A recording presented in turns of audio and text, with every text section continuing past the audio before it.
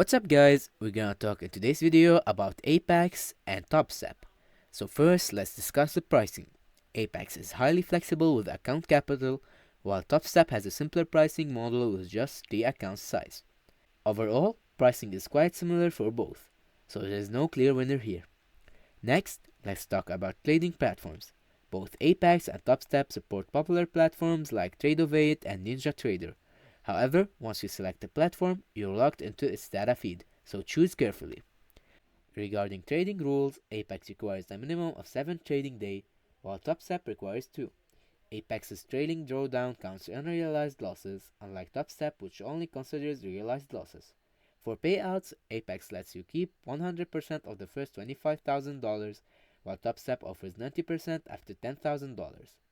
In the end, both firms are solid options. Consider which one fits you best. And that's it, guys.